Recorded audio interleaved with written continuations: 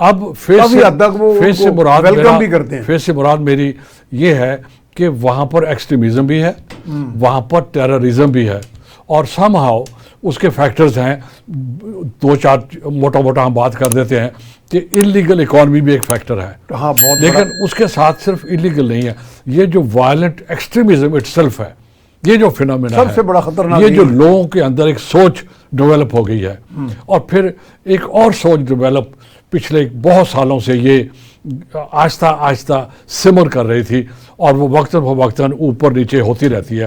اس وقت اس کو استعمال کیا جا رہا ہے ایز اے ایکسکیوز, اس چیز کو جسٹیفائی کرنے کے لیے کہ پاکستان کے یہ جو دو پروونسز ہیں, ان کے جو ڈسٹرکٹس ہیں, یہ جو لینگویج بولتے ہیں, جیسے فار ایگزامپل خیبر پختونخوا کے جو ڈسٹرکٹس ہیں, جی اس میں جو زیادہ صدرن ڈسٹرکٹس ہیں, جی صدرن ڈسٹرکٹس جو ہیں وہ پشتو بولنے والے ہیں. اچھا, اب وہ جو بارڈر کنٹرولز ہیں ان کو کوشچن کیا جاتا ہے کس بات کے اوپر کہ جی اکراس دا بارڈر بھی پشتون بولنے والے ہیں اور ہماری فیملیز لہذا ہم ایک ہیں. پہلی بات تو یہ ہے, یہ بالکل فرسودہ بات ہے کہ 70 سال کے بعد بھی اگر آپ سمجھتے ہیں کہ اکراس دا بارڈر جو بھی آپ کے ہم زبان ہیں مثال طور کے اوپر, اور وہ اگر چند فیملیز کچھ ادھر ہیں کچھ ادھر ہیں, یہ بالکل ایکسکیوز نہیں بنتا کہ آپ یہ کہیں کہ یہ بارڈر پورس رہے گا,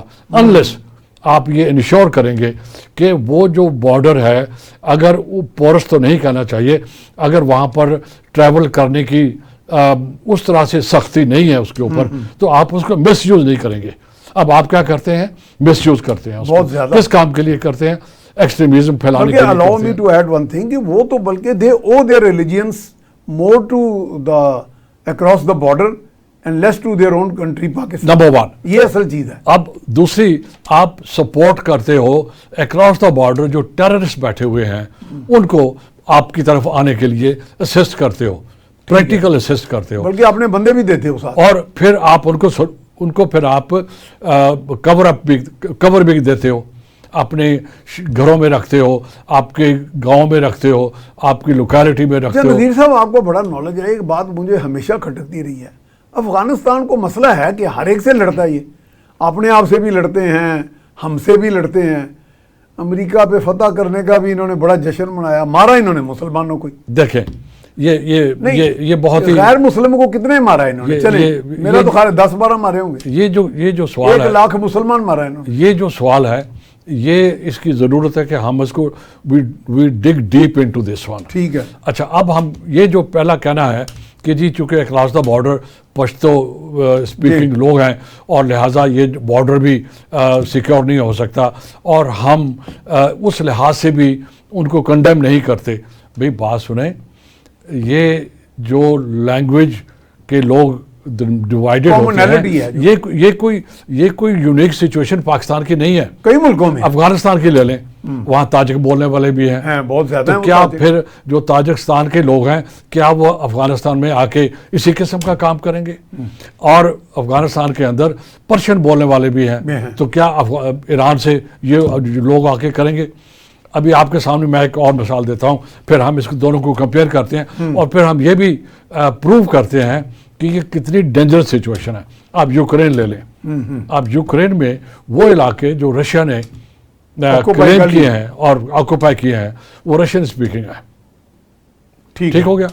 قزاقستان کے اندر بہت بڑی پاپولیشن ہے جو رشین اسپیکنگ ہے.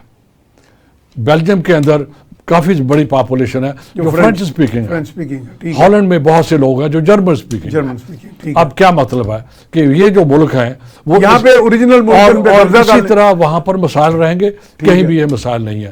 یہ میرے خیال میں افغانستان کے, let's be very clear on this one, تاکہ اس میں کوئی کسی قسم کا وہ شبہ نہ رہے. افغانستان آگ کے ساتھ کھیل رہا ہے. بالکل. ان کو بلکہ ہمارے اندر بھی آگ لگا دیا اس نے. وہ آگ کے ساتھ کھیل رہا ہے اور ہمارے اندر بھی آگ لگا دیا. اور 1 سال سے نہیں کھیل رہا, پچھلے 75 سال سے کھیل رہا ہے, آگ کے ساتھ کھیل رہا ہے. اور یہ ان کی سیکنڈ نیچر بن چکی ہے. اب میں آپ کو کسی اور طرف لانا چاہ رہا ہوں, 75 سال سے کھیل رہا ہے. کیا افغانستان یہ چاہتا ہے کہ پاکستان وہی کچھ کرے جو رشیا نے یوکرین کے ساتھ کیا ہے. آپ میری بات سمجھ رہے ہیں؟ تو ہماری طرف وہ تو ہم اس طرف جا رہے ہیں. جو ہماری طرف پشتو اسپیکنگ پاپولیشن ہے میاں صاحب, the problem also لائز on are side of the border. ٹھیک ہے, بہت یہ let me repeat it, the problem also لائز on are side of the border. یہ کوئی آرگومنٹ نہیں ہے کہ یہ نیشنلزم ہے, یہ بالکل پشتو نیشنلزم نہیں ہے, یا یہ بلوچ نیشنلزم نہیں ہے. جب پاکستان بن گیا تو پاکستان سر 75 سال گزر گئے ہیں, یہ پاکستان کا نیشنلزم ہے. اگر آپ وہی ہمارا مشن, اگر آپ نیشنلسٹ ہیں تو آپ پاکستانی نیشنلسٹ ہیں. یا کوئی ہمارے کانسٹیٹیوشن کے اندر, ہماری اسکیم آف جو ارینجمنٹس ہیں اس کے اندر کوئی گنجائش نہیں ہے سب نیشنلٹی. جی سب نیشنلزم بالکل گنجائش نہیں ہے. یہ فرسودہ سوچ ہے, اور یہ آج سے کوئی 40 سال پرانی سوچ ہے. جب سوویت یونین تھا, انہوں نے ایک کانسیپٹ ڈیولپ کیا تھا مارکسزم اور سوشلزم کے اندر کہ there are nationalities and there are sub nationalities. وہ سوویت یونین تباہ ہو گیا, وہ دور چلا گیا, ایڈیالوجی ڈیفیٹ ہو گئی. یہ اگر وہاں پر وہ شکست ہو گئی ہے اس کو, تو میاں صاحب ہمارے ہاں کیوں وہ ابھی تک زندہ رکھی ہوئی ہے؟ اس لیے میں عرض کر رہا تھا کہ پرابلم ہماری طرف بھی ہے.